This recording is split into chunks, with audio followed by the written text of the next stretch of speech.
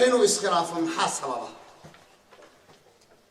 waxaan ku soo koobayaa 7 qodob waa dulmar waxaan oo dhan qodobka koobaad waxyaabaha keena khilaafka waxaa qayb ka ah caafimaad xumada reero badan baa waxay ku burburaan ama ay ku kala tagaan ama isku khilaafaan caafimaad xumo ka timid qadar Allah subhanahu wa ta'ala iyo qada Allah subhanahu wa ta'ala xanuunka ha noqdo mid la isu qariyay markii hore oo gadaal ka soo baxay ha noqdo xanuun ilaahi ah oo qofkii gadaal kaga yimid xanuunku waa jira xanuunka waa qayb kamid ah waxyaabaha reeruhu ay ku burburaan qodobka labaad xagga akhlaaqda waa qodobka labaad waxyaabaha burburka keena dadkii labadii qof oo isqabay oo mid kamid ah dhaqankiisii akhlaaqeed bedelay uu toosnaa qof wanaagsan buu ahaa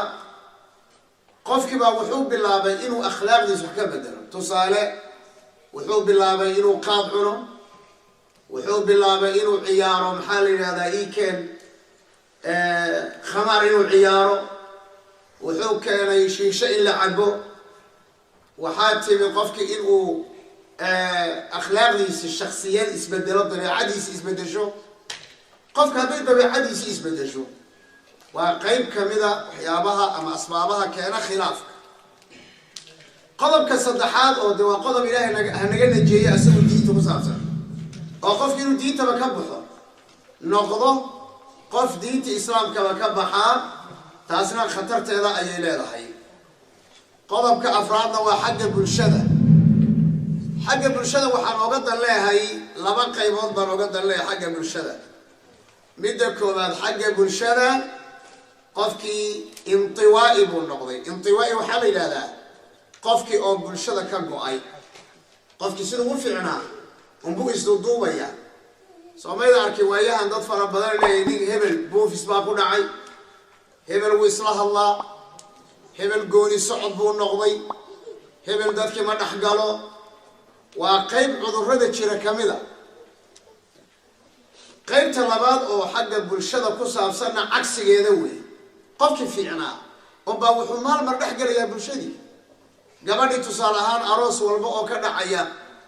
ingiriiska ma taagnaan kartaa ma reer bay dhaqan kartaa ma dhaqan karto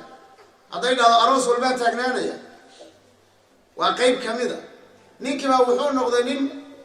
reerkiisiba aan dareemine sheekada bannaanka iyo fadhi ku dirashaa ka dhigta marka hadday noqoto reerkii inuu qaybsamo fadhi ku dir iyo aroos haddii reerkii maxaa kasoo halay hadday noqoto reerkii bulshada dhexgalkiisii guriga hadduu noqdo guri maxaan ku magacaabaa dadku wada leeyihiin oo wax nidaamaba lahayn la soo gelayo la sii baxayo waqti male saacad male waa meel buuqa soo maaha meesha buuqa noocaas oo kale ah ayadana waxyaabaha khilaafka keenay kamid tahay kaas waa qodobka afraad wey qodobka shanaad oo xanuunka keena burburka qoys waxaa kamid ah xagga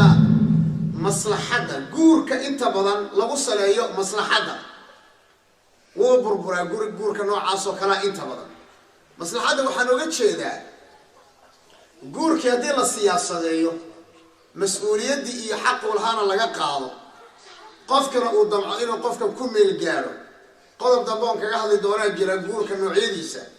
asagana waxay walidaalika waxaan arkayna in fara badan waa soo dhoofiye uu igu meel gaadho wayga tegay soo mar badan ma maqashaan